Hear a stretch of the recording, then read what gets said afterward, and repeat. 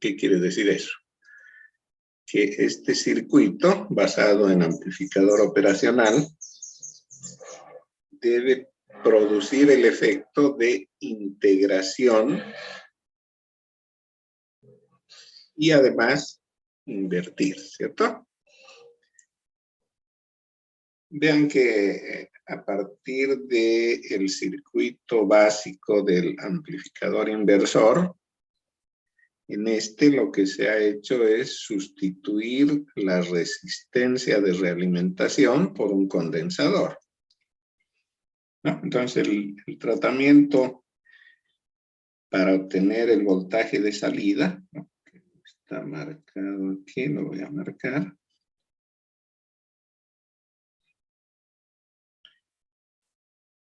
Entonces, para obtener el voltaje de salida, debería hacer lo mismo que hicimos en el anterior amplificador inversor, es decir, reemplazar el operacional por ese modelo de cortocircuito virtual. Entonces, entre la entrada inversora y la no inversora, vamos a poner el cortocircuito virtual. Y a esto le añadimos toda la circuitería externa. Entrada no inversora a tierra. Y en el punto que corresponde a la entrada inversora, tenemos a la izquierda la resistencia R. A la derecha el condensador C. Esto es VO. Y aquí tengo VI. ¿Cierto? Entonces, lo mismo que habíamos hecho. Corrientes entrantes al nodo. Una de la izquierda, otra de la derecha. Las llamaremos I sub I y sub O. Y como para la corriente la entrada al operacional se comporta como circuito abierto, entonces esta corriente es cero. Por lo que la suma de corrientes se limita solamente a I sub I e I sub O. ¿Sí? Solo dos corrientes, puesto que la otra es cero. Y según la ley de Kirchhoff, esta suma debe ser cero. Ahora, las corrientes, considerando que para el voltaje la entrada es un cortocircuito, entonces la corriente I sub I no es más que voltaje, que es VI sobre resistencia. En cambio, la otra corriente, I sub O, la corriente en un condensador, está dada por la derivada del voltaje respecto al tiempo multiplicado por C. Por C o por 1 sobre C. 1 sobre C, ¿no? No, está bien, por C. C por la derivada de voltaje respecto al tiempo.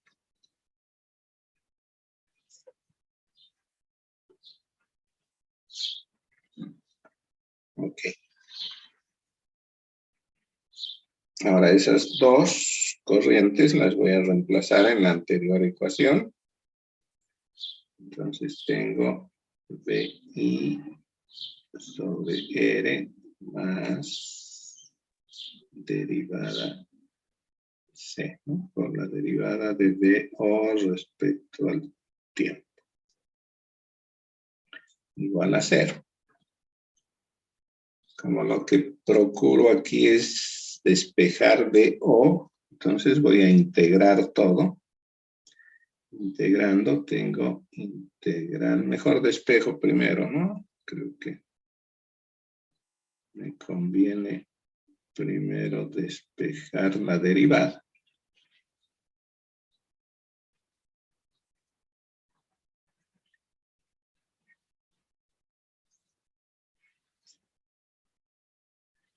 ¿Sí?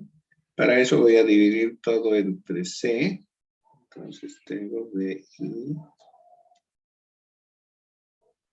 dividido RC más derivada de BO respecto del tiempo. Y ahora sí integro.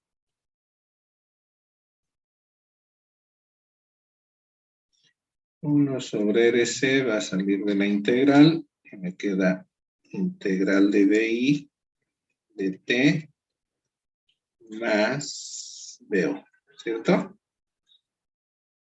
Entonces puedo despejar ahora sí BO.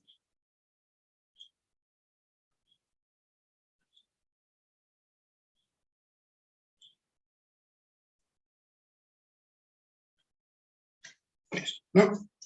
Entonces, efectivamente, el voltaje de salida es por el signo menos, invertido, ¿sí? Pero proporcional a la integral del voltaje de entrada, ¿no? Podría entender eso como que si la entrada, o sea, BI es seno de omega T, el voltaje de salida va a ser proporcional a la integral del seno, que es menos coseno.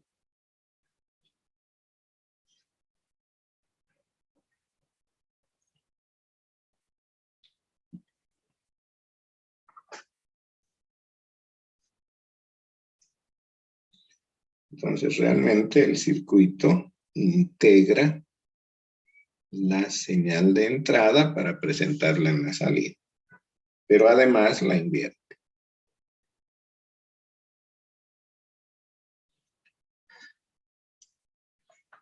Ahora, si en lugar del cambio que hemos realizado, es decir, poner un condensador en lugar de la resistencia de realimentación en el circuito básico, lo que hago es cambiar la resistencia de entrada por condensador, mantengo resistencia de realimentación, entonces la función que voy a obtener será el complemento de esta. Vale decir que voy a tener un derivador inversor.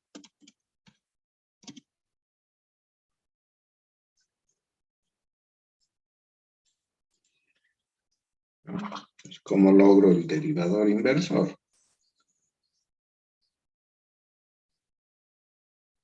El operacional idéntico. En lugar de la resistencia pongo condensador. Y en lugar del condensador, resistencia. ¿Cierto?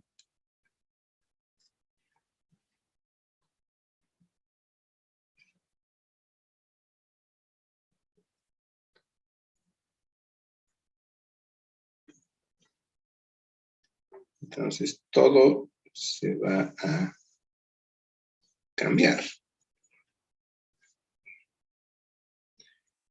En nuestro circuito equivalente, ¿cierto? Deberíamos poner lo mismo que en el anterior caso, entre las entradas inversora y no inversora, el cortocircuito virtual. Externamente tenemos a la izquierda el condensador, a la derecha la resistencia, ¿sí? Aquí tengo BI y aquí tengo BO. Entonces, lo mismo que en el otro, las corrientes únicas son la las que entran de izquierda y de derecha. Porque la corriente en la entrada del operacional es 0. Entonces, haciendo lo mismo que hicimos en el anterior, aplicando la ley de Kirchhoff, la suma de corrientes, perdón, negro, I sub I más I sub O es igual a 0.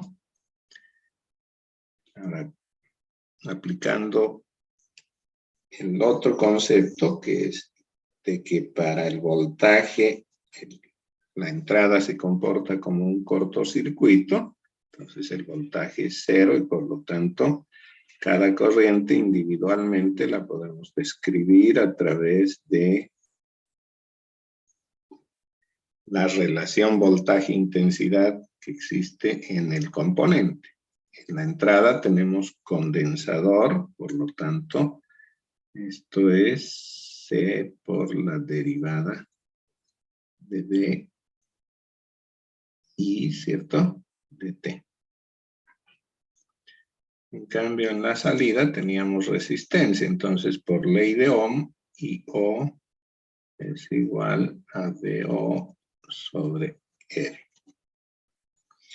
Y si ahora sustituyo esto en la primera ecuación, voy a tener C por derivada de BI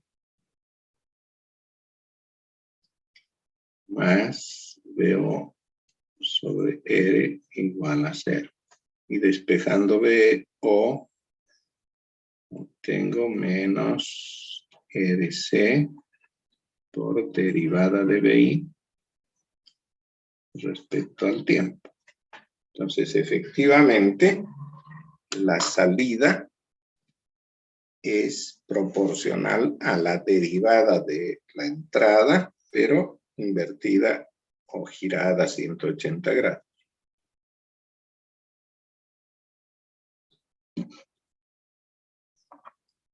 ¿De acuerdo?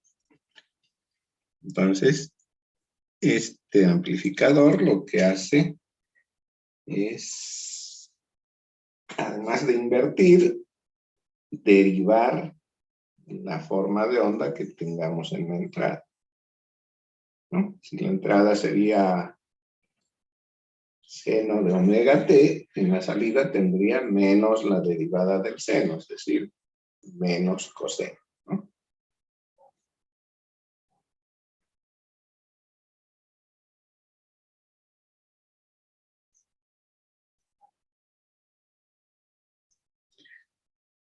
Bien, ahora, ¿qué aplicación práctica tienen estos circuitos? Decíamos que la versatilidad que tiene el operacional, y esto está debido a su alta resistencia de entrada y la baja resistencia en la salida, que podemos acoplar sin mayor problema un circuito con operacional con otro circuito, ¿sí? Sin que éste afecte o se vea afectado en el punto de polarización, que es el problema que teníamos con los transistores. Entonces, se pueden juntar estas funciones de suma, de integración, derivación, inversión, para construir circuitos que presentan aplicaciones de lo más variado, ¿no? Y una de esas aplicaciones interesantes se dio, digamos, a principios de la década de los 80, tal vez un poco antes en la década de los 70, en que se daba el fenómeno de que para la investigación científica y el desarrollo tecnológico se requería de simulación de complejos sistemas. Por ejemplo, una nave que vaya a alunizar, ¿cierto? La nave que querían que baje en la Luna, tenía una serie de aspectos por considerarse antes de enviarla, ¿sí? En la etapa de diseño había que hacer muchos ajustes que requerían complejas operaciones de cálculo, ¿cierto? Entonces, una vez que se superaban esas operaciones de cálculo, todavía quedaban dudas respecto a si iba a funcionar o no. Entonces, se requería de efectuar simulación. Pero la simulación en muchos casos tenían que hacerla utilizando computadoras de esa época, ¿no? Esas enormes computadoras que tomaban una gran cantidad de tiempo en su programación y luego la ejecución era bastante lenta, no tenía una ejecución en tiempo real, entonces no era del todo confiable. Lo que se hizo fue sustituir muchas de las funciones que se podían implementar en la computadora como simulación digital a través de una simulación analógica, utilizando justamente estos circuitos basados en amplificador operacional. Entonces se dio una especie de computación analógica. La computación analógica está basada en circuitos que se pueden modificar, digamos, fácilmente, se pueden implementar utilizando amplificadores operacionales del modo bastante modular, ¿no? Es decir, que se podía construir un módulo que haga el efecto de inversión, otro módulo que haga suma, otro que haga derivación, otra integración, etc. Entonces, juntando esos módulos, se lograba simular complejas ecuaciones íntegro-diferenciales, ¿no? El uso del derivador tiene un poco de problemas debido a que la derivada de una forma de onda que cambie muy abruptamente, como el caso de un escalón, por ejemplo, su derivada, como está relacionada con la pendiente, puede ser bastante grande, positiva o negativa, lo cual va a traducirse en saturación en el amplificador, ¿no? Entonces, en procura de evitar esa situación de saturación, lo mejor es evitar el uso del derivador y se procura hacerlo más con integradores y sumadores que con derivadores. Veamos un ejemplo para que no esté tan charlado.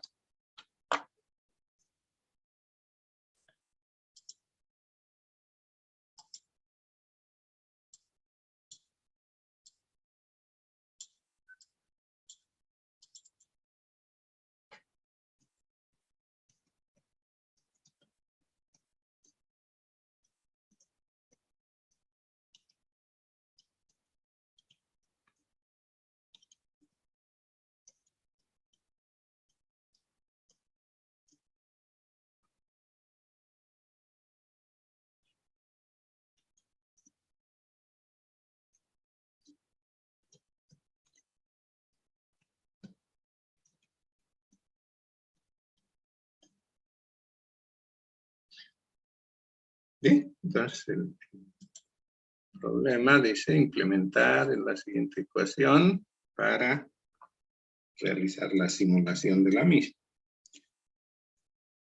Tenemos esta ecuación.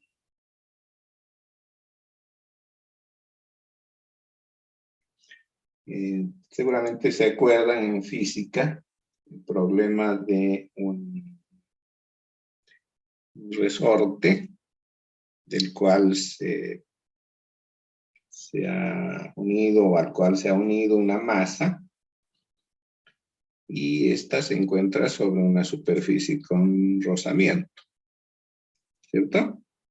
Problema típico en física.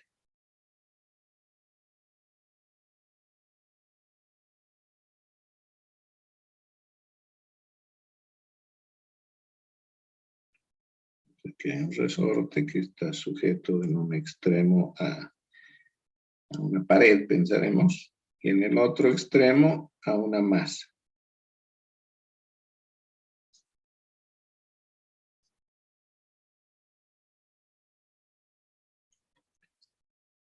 Y la masa está sobre esta superficie que tiene rozamiento. Entonces, de lo que se trata es de describir la posición de la masa, ¿no? A partir de esto que le podríamos llamar cero. Entonces, el desplazamiento puede ser a izquierda o a derecha. X, ¿cierto?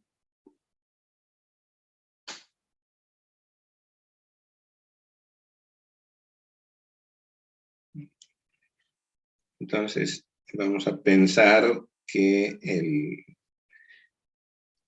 se produce un pequeño desplazamiento, ¿no? Provocado por una fuerza externa, y luego se libera. Entonces, la masa va a ser restituida hacia atrás por el efecto del resorte, ¿no? Creo que se llama ley de Hooke, ¿eso? Entonces, se vuelve para la izquierda y comprime el resorte va a tender a descomprimirse otra vez y lo va a mover otra vez hacia la derecha y así.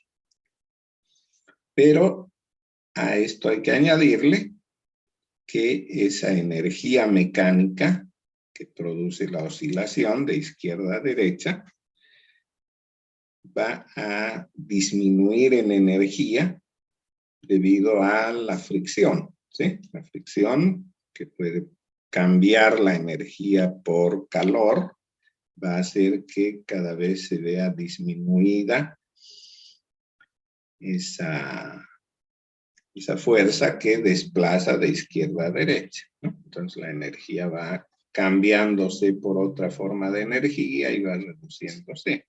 Entonces la ecuación que podemos escribir para representar la posición respecto al tiempo tiene un aspecto derivado, otro integral, ¿cierto? Entonces nos da una ecuación más o menos de esta forma.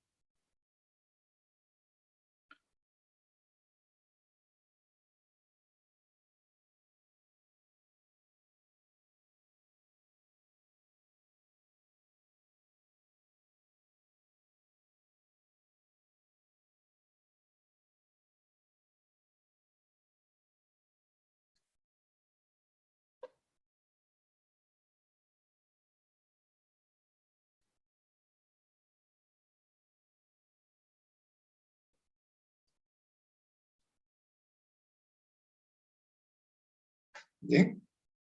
Se ve que si yo quisiera implementar esto, necesitaría un sumador con 3 entradas. Una de las entradas va a ser la integral de x, la otra entrada será x multiplicada por b, y la tercera, la derivada de x multiplicada por c, ¿cierto? Pero decía que voy a tratar de evitar la derivada. Entonces, para evitar esto, lo que haré es integrar toda esta expresión, ¿no? Entonces, integrando una vez todo, obtengo a por integral doble, ¿cierto? De x de t 2 veces. más b por la integral de x de t. Más, ¿cierto? Al integrar la derivada se cancela y me queda c por x. ¿No? Bueno, obviando el término constante de integración, tendría esa expresión. Y de aquí voy a despejar c. Oh, perdón, x. Voy a despejar x. Entonces x será menos a sobre c, la integral doble,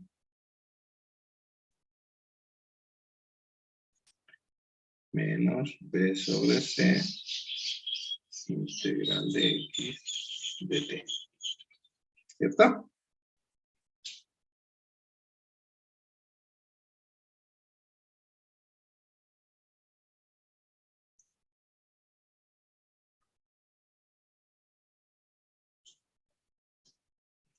Y esto es lo que procuraré implementar. ¿Cómo lo voy a hacer? Vean que x resulta de sumar, ¿cierto?, dos términos. Porque puedo escribir esto como menos 1 sobre c a por integral de x de t dos veces más b por integral de x de t. ¿Sí? Y eso me hace recuerdo al sumador con inversión. Entonces voy a utilizar un sumador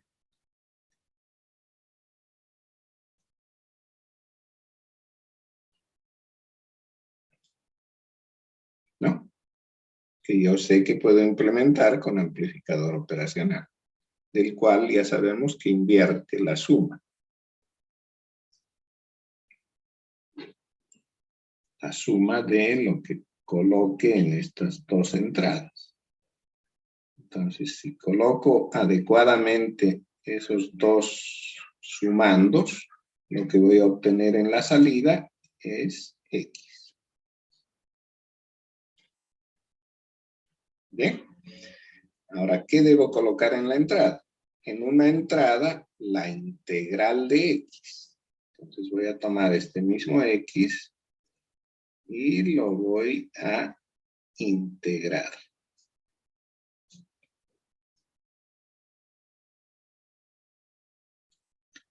¿No? El integrador ya sabemos que también invierte. Entonces, si coloqué en la entrada, voy a obviar el término constante b, después lo ponemos. Entonces, coloco en la entrada x, en el integrador, lo que me va a devolver es, voy a poner con otro color, menos integral de x. ¿Sí? Estoy obviando la constante b. Y eso es lo que voy a presentar en la entrada, pero necesitaba presentarla positiva. Entonces necesito aquí invertir esto. Y eso lo haré con un inversor. Un amplificador con inversión. Y lo que voy a tener aquí en esta entrada es ahora la integral de x. ¿Cierto? Estaba negativa, el inversor le cambia el signo, la vuelve positiva.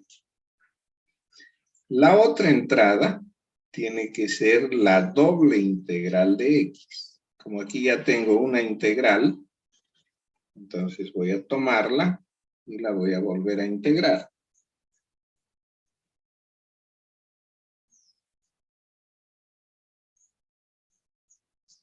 Menos integral, ¿sí? Entonces, si entra menos por menos, me da más. Y efectivamente aquí tengo menos por menos más, ¿cierto? Doble integral de x. ¿Sí?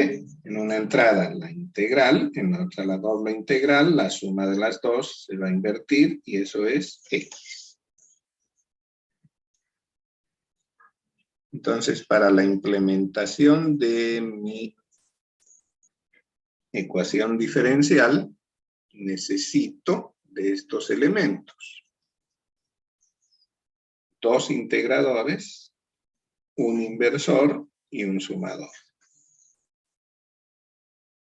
¿Sí?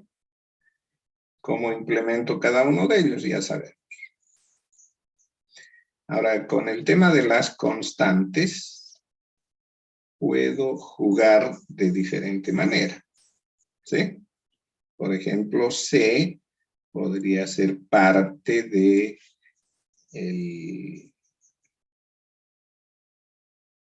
del sumador. ¿Sí? Entonces pongo, sabíamos que del sumador la ganancia depende de la resistencia de realimentación relacionada con las resistencias de entrada, ¿cierto? Entonces la realimentación podría estar gobernada, esa resistencia, gobernando más bien a C. ¿Sí? Y tanto A como B podrían formar parte ya sea de esas resistencias de entrada en el sumador, o también podría trasladar estas mismas o parte de ellas a los circuitos anteriores, ¿sí? Pongámoslo todo en el sumador. Entonces, nuestro sumador lo vamos a implementar de esta manera. El operacional, perdón,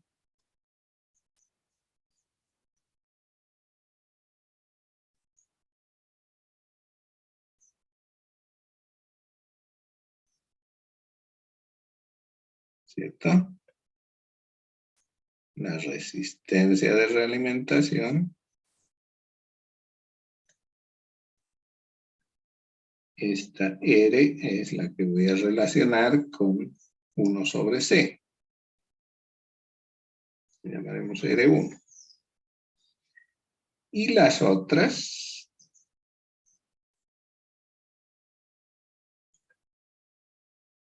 R2 y R3, las voy a relacionar con 1 sobre A y 1 sobre B.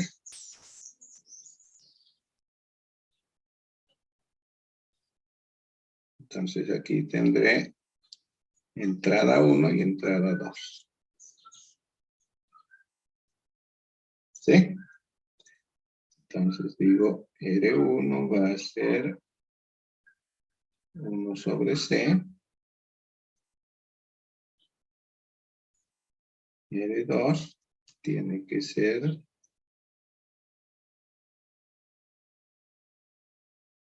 1 sobre A. Y R3, 1 sobre B.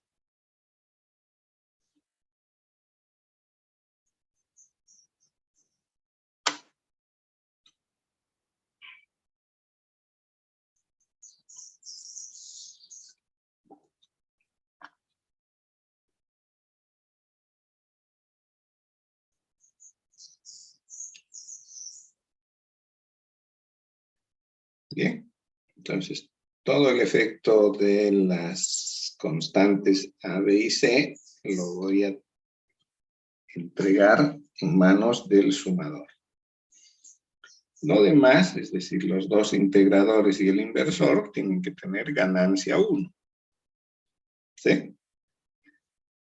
Entonces, para implementar esos circuitos con ganancia 1, lo que debo hacer es, para cada uno de los integradores, que van a ser idénticos,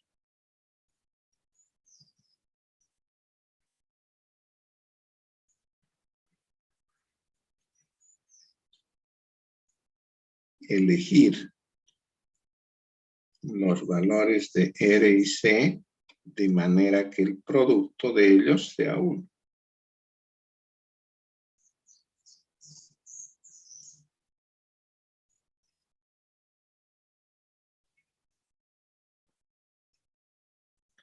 Entonces debo elegir R y C de modo que el producto sea 1.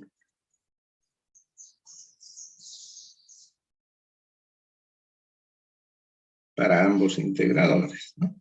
Y para el inversor, como queremos que tenga ganancia 1, las resistencias deben ser iguales. R5, R6. Entonces aquí R5 debe ser igual a R6. Con eso la ganancia del inversor es 1. Simplemente invierte la señal. Y lo propio con el integrador. La constante que va delante de la integral es 1 sobre RC, ¿verdad? Entonces, si el producto es 1, lo que voy a obtener en la salida es simplemente la integral de lo que presente en la entrada, ¿no? Si en la entrada pongo S1, en la salida voy a tener menos la integral de S, ¿sí? Porque 1 sobre RC es 1. ¿Cierto? Y lo mismo aquí con nuestro inversor. Si le coloco S2 aquí, en la salida voy a tener menos 1, menos R6 sobre R5, pero como son iguales me da 1, por lo tanto simplemente menos S2. ¿Sí?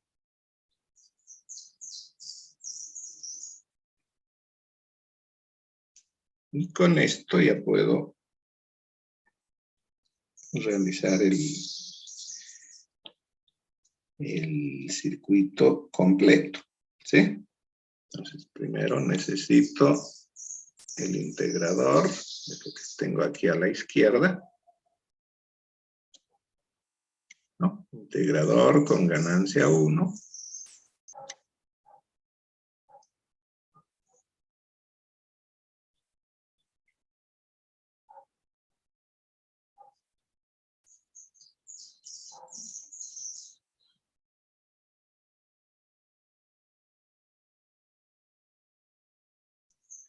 Para que ese producto RC sea 1, podría usar, por ejemplo, condensador de 1 microfaradio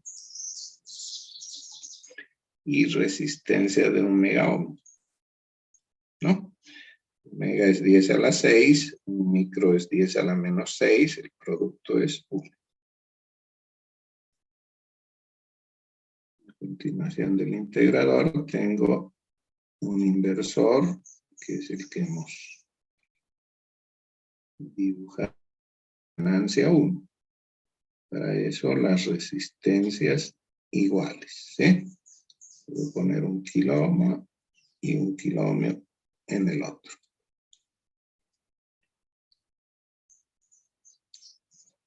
De este integrador tomamos el siguiente integrador, que también va a tener ganancia 1. Entonces pondré 1 mega y 1 micro.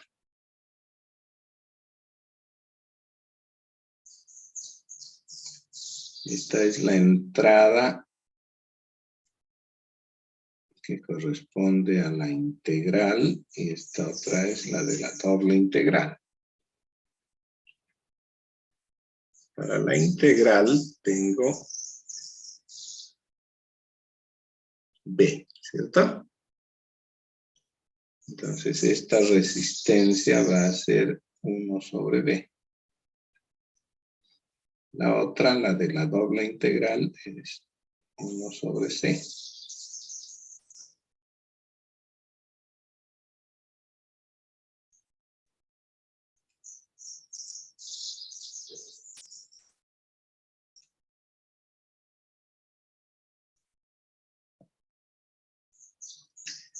Y esta resistencia de realimentación es 1 sobre A. Entonces la salida es X, la cual tengo que traer desde aquí.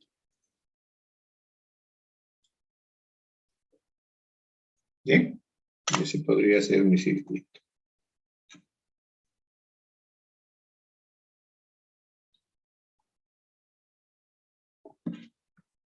Para efectos de simulación conviene tener la facilidad de modificar parámetros constantes, ¿eh? Esas constantes A, B y C las puedo modificar utilizando, en lugar de estas resistencias fijas, resistencias variables, potenciómetros. Entonces puedo variar el valor de la resistencia del potenciómetro, con lo cual estaría cambiando el valor de las constantes A, B y C, ¿no? Entonces, tal vez, si lo que quiero es que X tenga un cierto comportamiento, voy ajustando esas 3 resistencias hasta que obtenga el comportamiento esperado, y luego mido las resistencias, ¿sí? Con ellas determino cuáles tendrían que ser los valores de estos parámetros del circuito real, ¿sí? A, B y C. ¿No? Ese es el trabajo que se hace en simulación. A esto se llama simulación analógica, ¿no? Les decía que esto lo han hecho, de hecho, en los años finales de los 70s, principios de los 80s, cuando inclusive en los años 60, ¿no? Porque el amplificador operacional viene más o menos de fines de los 50s. Entonces, el alunizaje del Apolo 11 se produjo en el 69, creo.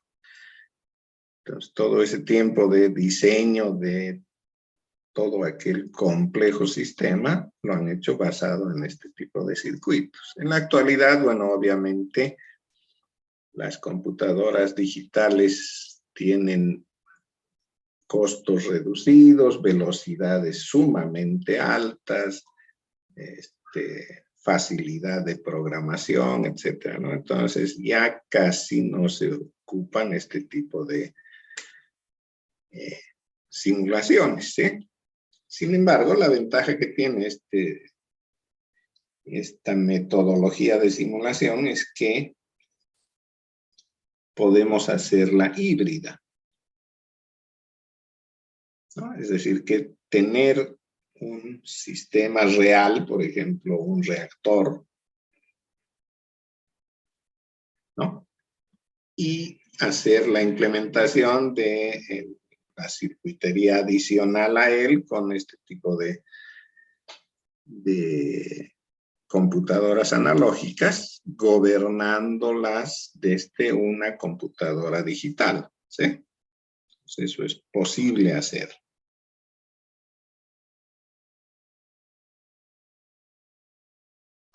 La simulación siempre ha permitido la implementación de complejos sistemas de una manera barata, digamos, y sin peligros, ¿sí? O sea, hacer simulación con elementos reales es sumamente complejo, caro y peligroso. Imagínense querer simular la explosión de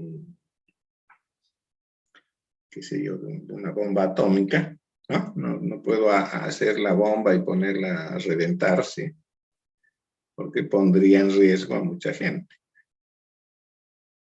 Entonces, lo que se hace es elaborar modelos matemáticos que representen todos los efectos que va a provocar lo que queremos estudiar, ¿no? Y esos modelos matemáticos, implementarlos ya sea, si es posible y resulta más fácil, en un computador digital, pero en algunos casos requiere de apoyo de máquinas como esta, es decir, computadores analógicos. Entonces suelen ser unos híbridos digitales y analógicos, o en algunos casos totalmente analógicos.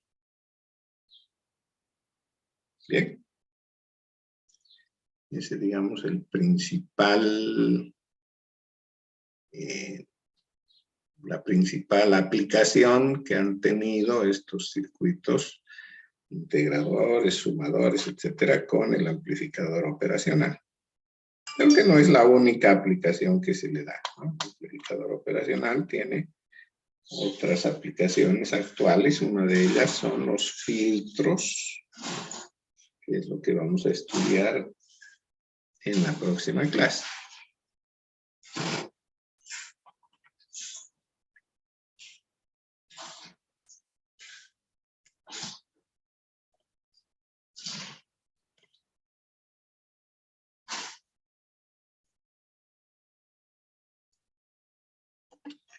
Bien, entonces la próxima clase nos vamos a ocupar de los filtros con amplificador operacional. Nos podríamos introducir un poquito en eso, hablando de lo que son los filtros. ¿A qué se refiere esto de filtros?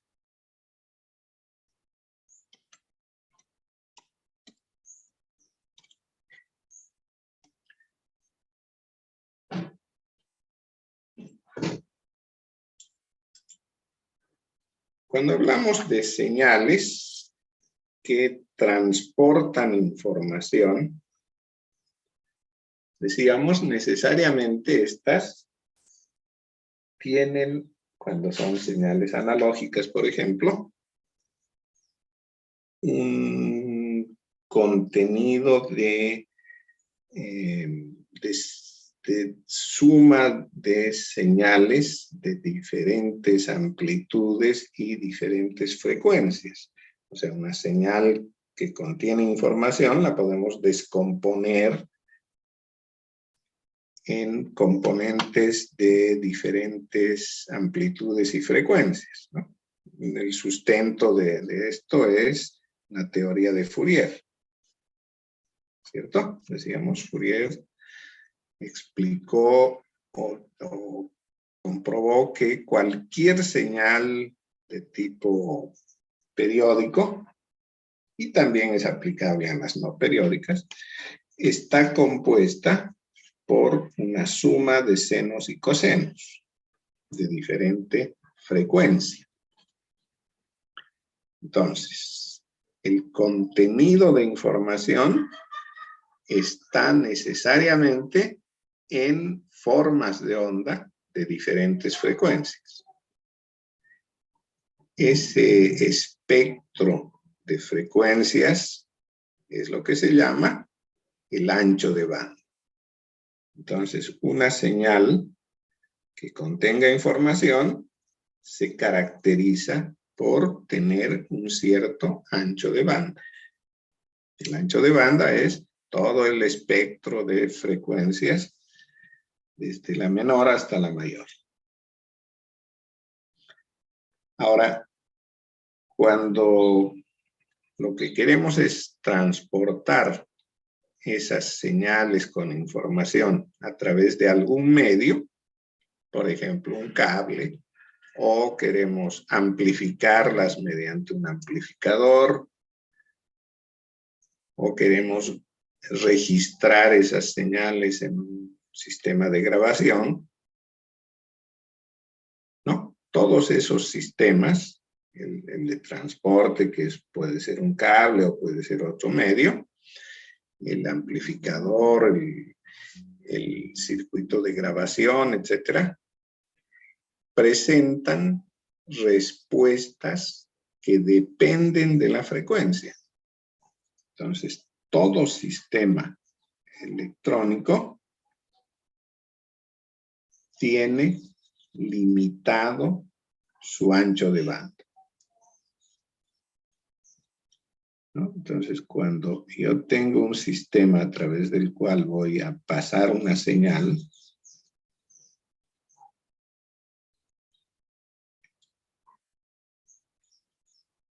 la señal que obtengo en la salida se va a ver afectada por la respuesta que el sistema tiene a frecuencia. Para algún rango de frecuencias, seguramente el sistema, hablemos de un amplificador, puede que amplifique con una ganancia de 10. Pero para otro rango de frecuencias podría tal vez amplificar más, ganar 20. Para otro rango de frecuencias tal vez ya no amplifique, sino atenúe. Entonces, esa respuesta que tiene el circuito va a hacer que la señal en la salida ya no sea exactamente igual a la de la entrada. ¿Sí? Decíamos que si se trata de un amplificador, esta H, a la que hemos llamado ganancia, es la salida versus la entrada, ¿no? En un amplificador implementado con transistor, por ejemplo, esa ganancia la hemos visto como un valor constante, ¿no? En el caso del emisor común, decíamos la ganancia es menos beta F por RC sobre RP. Todas son constantes. Entonces, la ganancia es constante. Pero eso está restringido por lo que hemos mencionado. El modelo del transistor está basado en un par de restricciones. Señal pequeña, que eso lo podemos cumplir fácilmente, ¿sí? La restricción de señal pequeña es para que el amplificador no se sature. Pero la otra estaba especificada para frecuencias bajas, ¿sí? ¿Por qué para frecuencias bajas? Porque para frecuencias altas, en el transistor ya se debe introducir en su modelo la presencia de condensadores que son parásitos. Aparecen, aunque el fabricante no los quiera, porque en el proceso de fabricación se producen uniones, ya sea de semiconductores o de metales con semiconductores, ¿sí? Todas estas tienen efecto capacitivo. Pero son condensadores sumamente pequeños. Entonces, en frecuencias bajas, medias, digamos, no se siente. Su efecto es casi nulo. El efecto aparece con frecuencias altas. Por eso la restricción de baja frecuencia. Entonces resulta que esta H no es constante.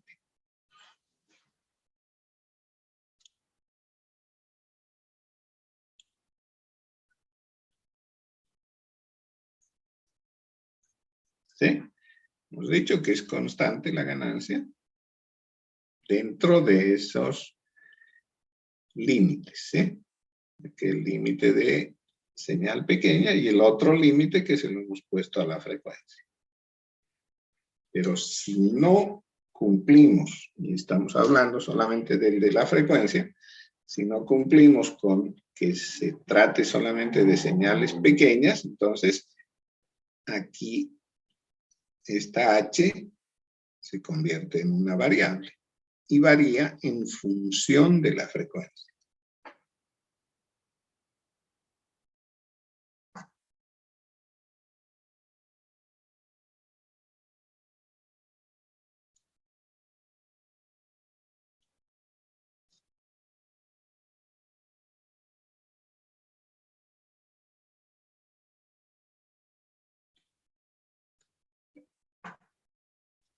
Bien, entonces podemos decir que H es una función de omega. O de f, como quieran ver.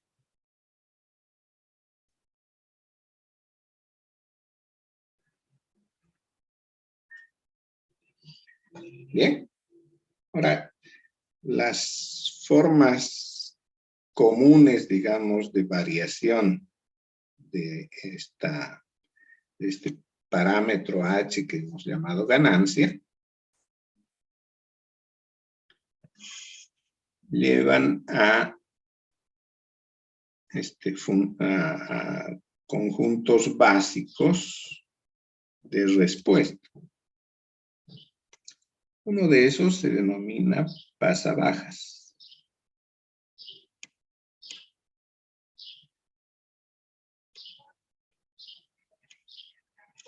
¿Ya? ¿Qué es una respuesta pasabajas? Es aquella para la cual la ganancia es grande o mayor comparada con el resto para frecuencias bajas y disminuye notablemente para frecuencias altas. Entonces, si representamos ese comportamiento gráficamente, en el eje horizontal pongo frecuencia y en el eje vertical pongo h. Entonces, su comportamiento va a seguir un patrón más o menos como este.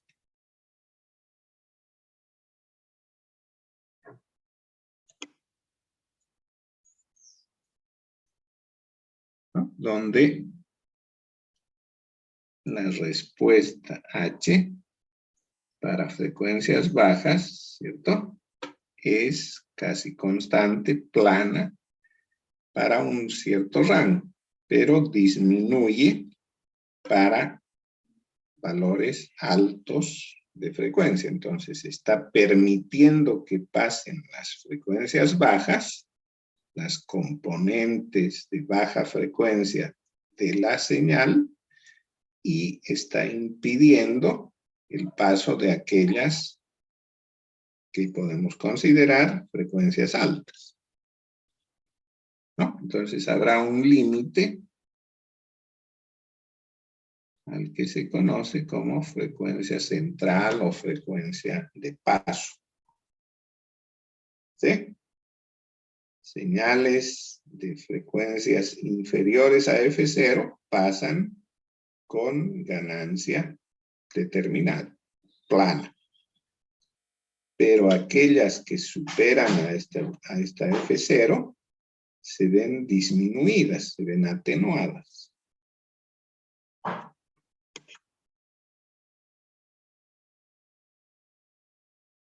Bien. Entonces, H es constante hasta F0 y a partir de F0 empieza a caer.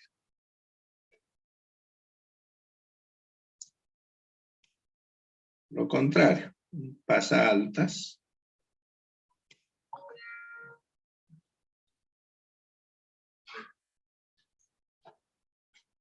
Es aquel cuya respuesta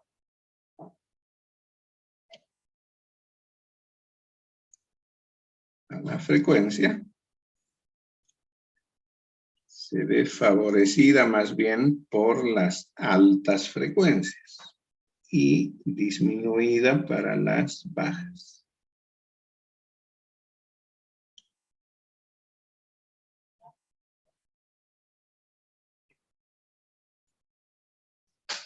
¿No? Entonces este valor H sub 0 le llamaremos, se presenta recién a partir de un cierto valor de frecuencia que hemos llamado frecuencia de corte.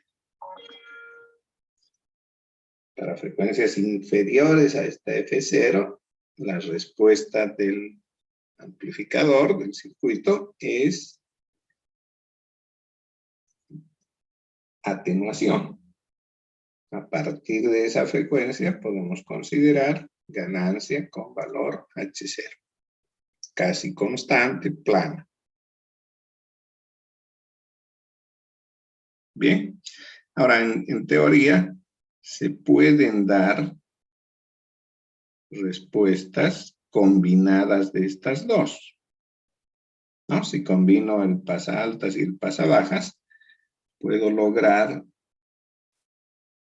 uno que se llama pasa banda. Es decir, que tiene dos frecuencias de corte, una inferior y una superior.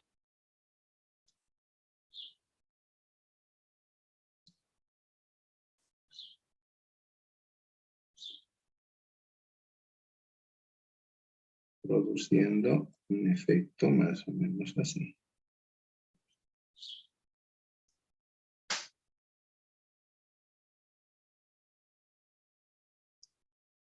Entonces hay una F, L, y hay una F, H. Todas las señales cuya frecuencia está comprendida entre FL y FH, el amplificador las reproduce casi iguales, es decir, con una ganancia constante.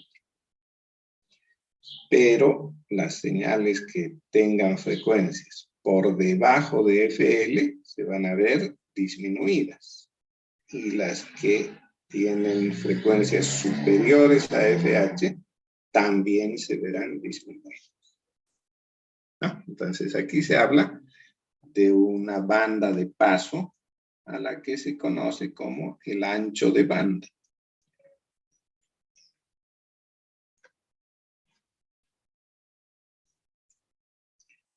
Se suele representar con las letras BW. En inglés bandwidth, ¿no?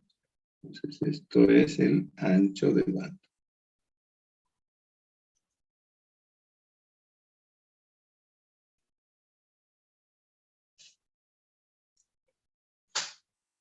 Y desde el punto de vista de las señales, todo circuito, todo elemento, todo componente tiene su banda de paso, su ancho de banda.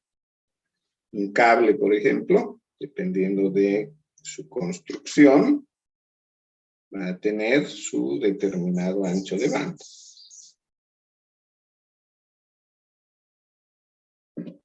Hay cables como el cable coaxial, que se utiliza para televisión, para otros fines. Tiene un ancho de banda bastante grande, del orden de los gigahertz. Entonces se pueden usar para transportar señales de alta frecuencia, con un espectro bastante apreciable de frecuencias. En cambio, un cable trenzado del tipo telefónico tiene un ancho de banda sumamente reducido, del orden de 100 megahertz y a veces menos.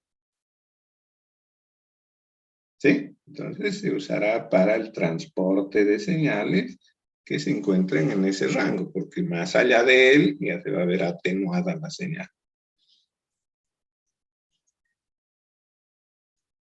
Bien, y en teoría digamos que también se puede construir un circuito que tenga o que su comportamiento sea el complemento del pasabanda, es decir, que va a tener una banda de rechazo.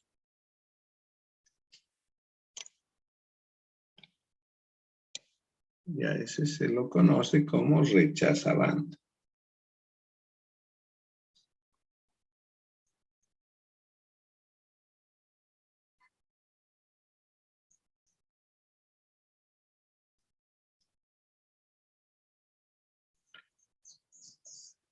Entonces su comportamiento va a ser el complemento del anterior.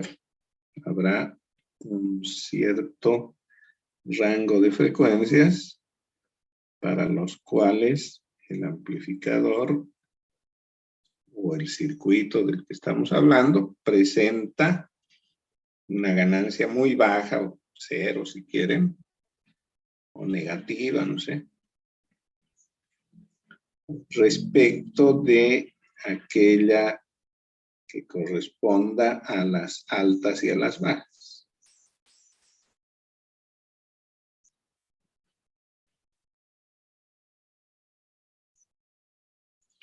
¿No? Entonces, frecuencias que estén por debajo de FL pasan, frecuencias que estén por encima de FH pasan, las que se ven disminuidas, deterioradas o tal vez canceladas del todo son aquellas que están comprendidas entre FH y FL. Bien, entonces ese rango de frecuencias se la conoce como frecuencia o ancho de rechazo.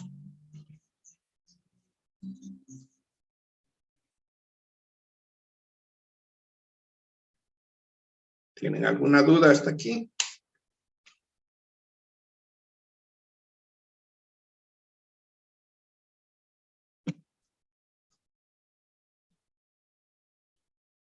Ok, entonces continuaremos el día miércoles, ¿eh?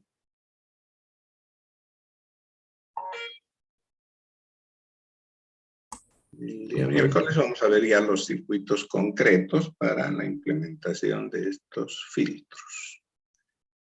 ¿Alguien tenía una pregunta? ¿Nada? Ok.